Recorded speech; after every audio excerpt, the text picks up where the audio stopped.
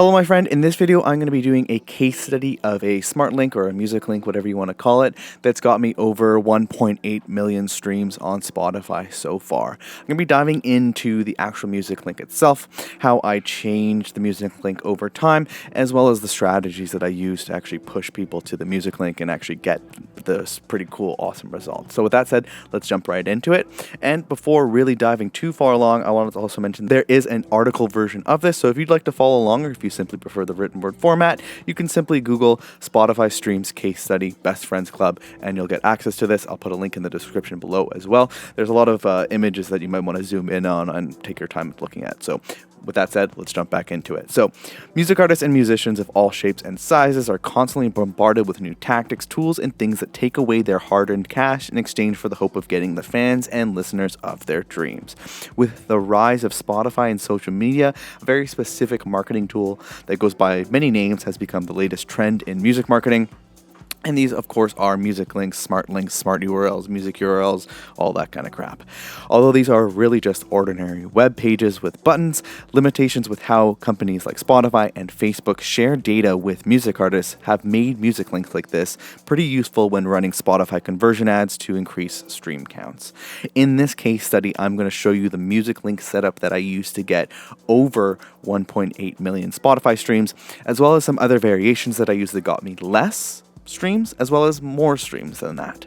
My goal with this case study is to show you what is and isn't important when it comes to music links so that you can set up and optimize the music links that you use in the best way possible. So if you're ready to get nerdy and up your music marketing game at the same time, let's jump right into this. So the music link setup that I used to get 1.8, whatever the heck, is about 1.8 million Spotify streams. So on November 8th, 2020, I released a song called Lo-Fi Nights and ran some Spotify conversion ads, basically Facebook ads, to a music link for 10 days and caught the attention of the Spotify editors, which landed that song on about 8 Spotify editorial playlists. The results? Over 1.8 million Spotify streams to date, as you can see right here. So let's take a closer look at the music links that I used to get this result, as well as the overall strategies involved to lead to this pretty awesome result. So the first version of the music link. So for the first 10 days of the song's release, I sent traffic from Facebook ads to a music link that I built myself using WordPress and a drag and drop editor plugin, which I actually show you how to do in a free Smart Links course if you want to check it out. Right here in the article version, there will be a link to it. I'll get into the specifics of how I ran those Facebook ads a bit later in the case study. It's not the main focus of this, but I spent $101 Canadian in that first 10 days, and the Listen on Spotify button directed listeners to my Spotify profile, not to a playlist or directly to the song. Before breaking down the elements of the page, here is exactly what it looks like. It's fairly simple. If you've seen music links before, you might be able to see where I got the inspiration from, but this is something that I built myself using a drag and drop editor. The free course that I mentioned shows you how I built this and actually has the template for this if you'd just like to install the template and get started with it.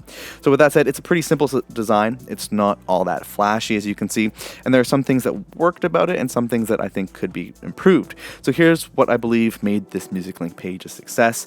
One is that my little bear Best Friends Club logo, it's consistent for my ads and the overall web presence, giving some trust to listeners who land there. So as you see the ad, you see the bear, and then you see the bear on the actual music link, and then you actually see the bear on the Spotify as well. So there's that consistency. The album art is displayed the exact same way as it is on Spotify and in the ad. And again, it's another thing letting the listener know that they're in the right place as they go through that ad experience and journey.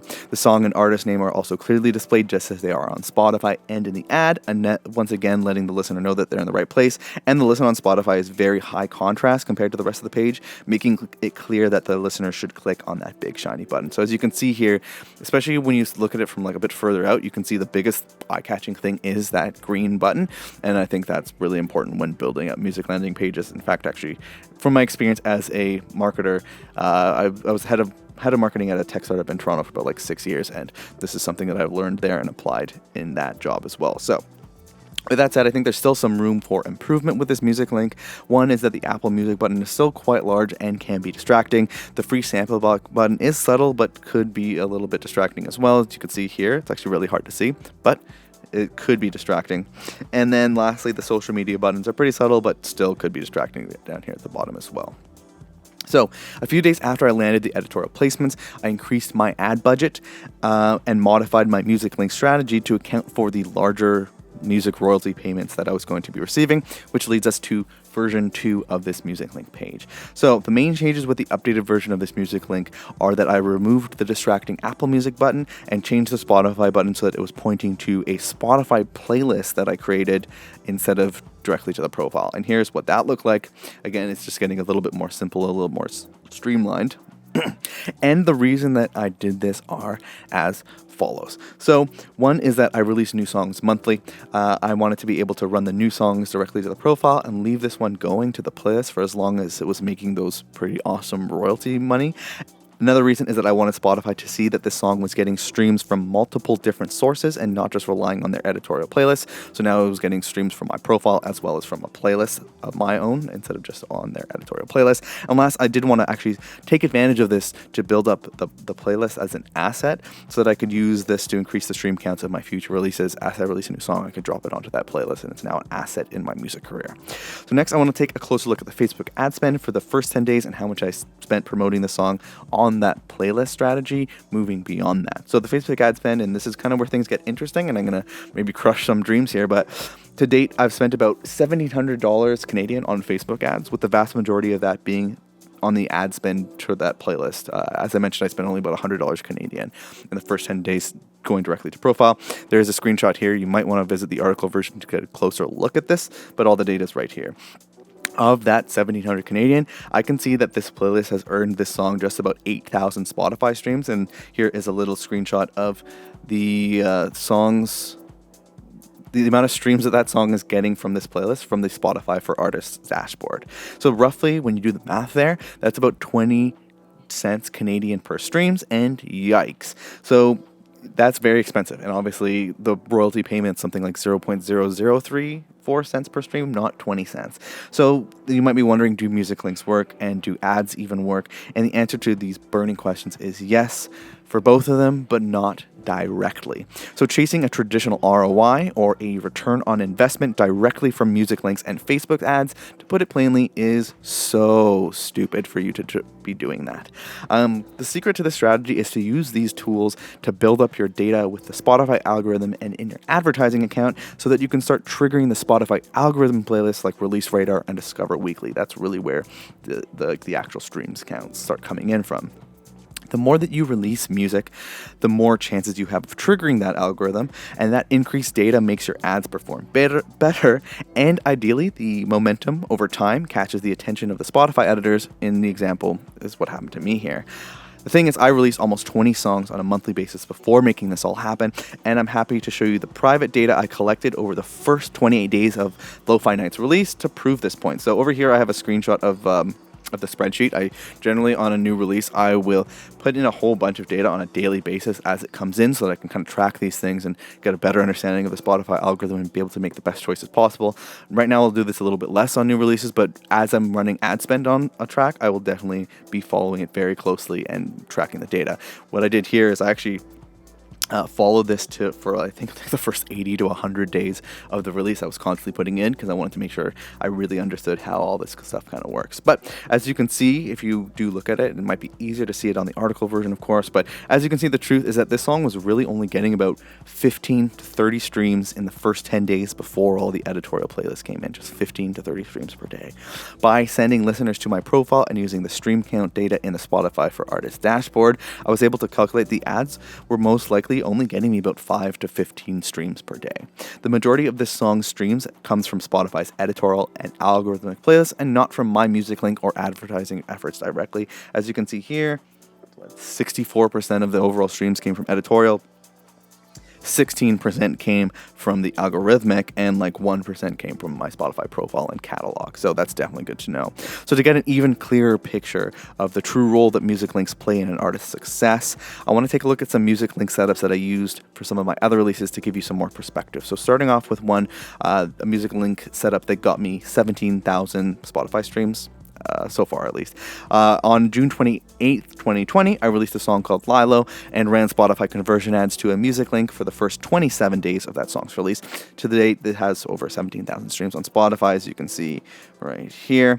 And again, this may not be a million streams, but it is a number that I'm still definitely happy with. That's still really good to me, at least. And the music link that I built was much more complex for this one. This was obviously a couple months before I got to the point with the Lo-Fi Nights music setup, but you can see it has a fancy background. It has multiple fancy looking links and a form for collecting fan emails as well. And you can see, here's what it looks like zoomed out. You can see it's very confusing, not very direct of what you should be doing here. A big problem I noticed with this style of music link was that the page would load quite slowly, which was definitely making me lose out on potential streams. In addition to this, the buttons that don't really look all that clickable, which can be confusing to listeners. You can see it's not a very clear button, as you can see. And also there's a lot of options for a listener to click on all sorts of different things, which can also be confusing and lead to paralysis by analysis.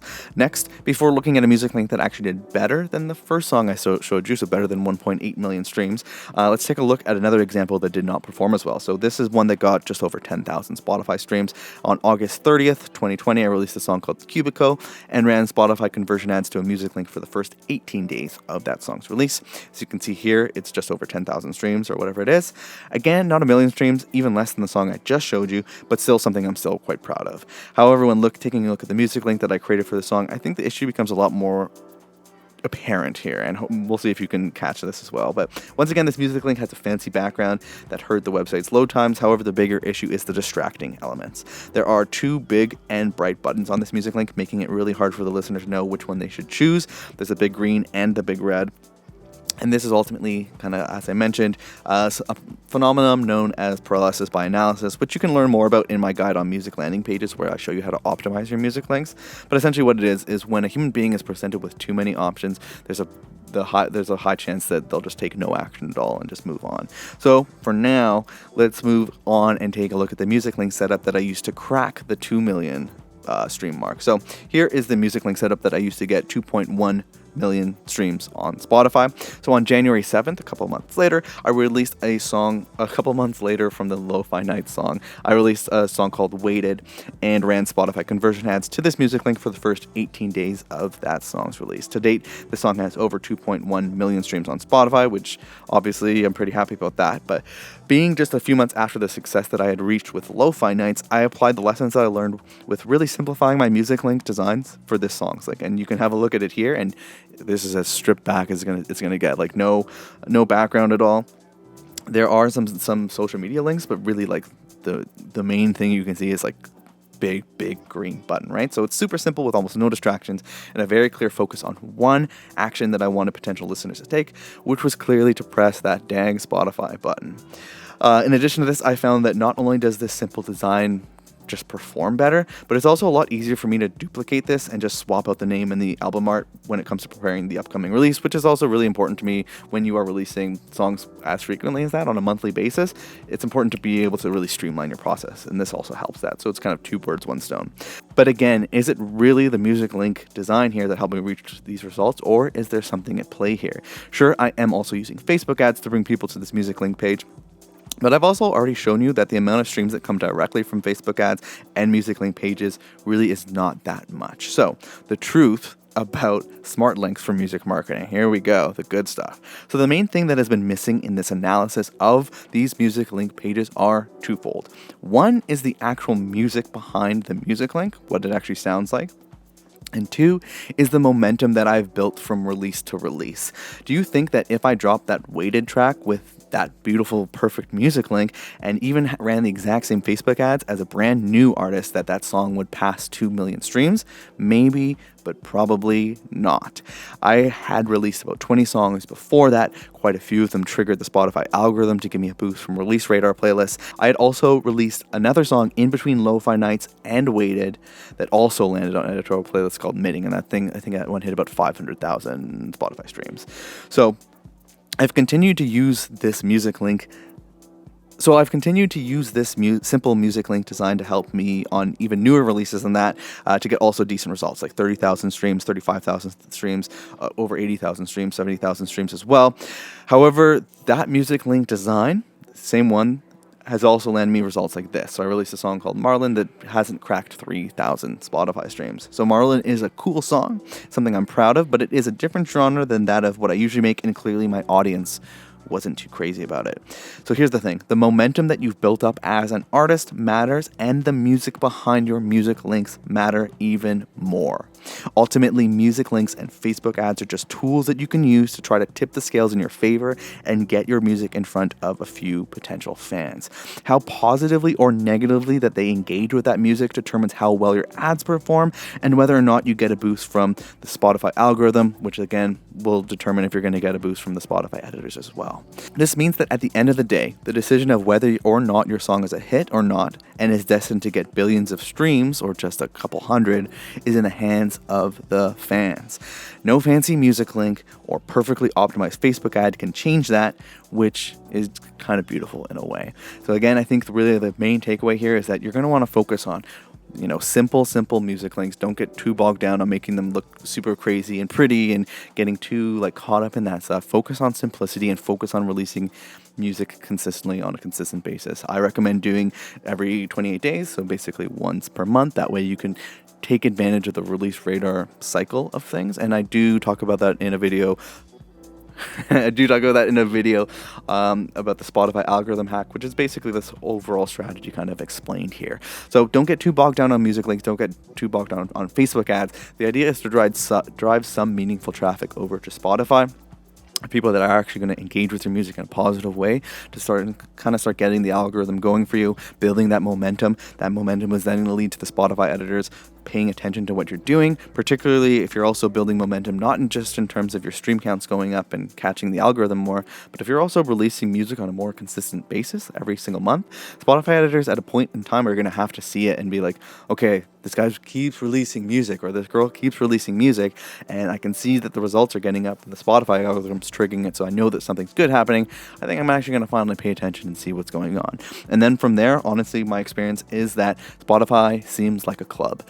Once I started triggering the editorial playlists, I started triggering editorial playlist after editorial playlist after editorial playlist after editorial playlist. I've honestly lost track of how many times I've gotten on them, because I've gotten on kind of like those fresh finds and those kind of weekly release ones pretty consistently now. And by being consistent before that point as well as after that point, once you actually started landing some of these things and building that momentum, you're honestly just doing the editors a favor. If you can keep putting out good music, they have a job to do, which is filling out these playlists, and if you keep serving them up some solid tracks, you're actually doing them a favor, helping them do their job by filling out their playlists with solid tracks. So hopefully you found this case study useful. I really wanted to drive home the point that it's really not about Facebook ads, it's really not about music links. Those things work together. It's like poetry, it all rhymes, right? These things all work together, but ultimately you do need to be consistent with what you're putting out there. You do need to, follow these tactics and experiment with these things, but it's really about the momentum. It's really about driving meaningful, engaged listeners, not just about Facebook ads and, just the stream counts. So with that said, hopefully you did find this useful. In this article, there are links to different guides that I've created, as well as full free courses. Within here, you'll also be able to get access to a 7-step checklist that I have used to get over whatever it is now. It's probably like 5 million Spotify streams. I think I'm still saying 3 million, but up at the top, you can get access to the checklist that I use. It's 7 steps. It's super simple. I should probably update this because I'm about to crack the 5 million mark, or already have at the time of when this video goes up, but that's pretty helpful. And within that checklist, you can actually also find the Smart Links course that I've used, which is super useful. It'll show you not just this checklist is actually pretty wild. So in the checklist, there's also links to a Smart Links course that I mentioned, and that is going to show you the strategy of how this all works with music links and Smart Links. It's going to show you how you can optimize any music link. It's going to show you how you can pick a music link, and in addition to showing you my setup and giving you templates for my setup and all that kind of stuff as well.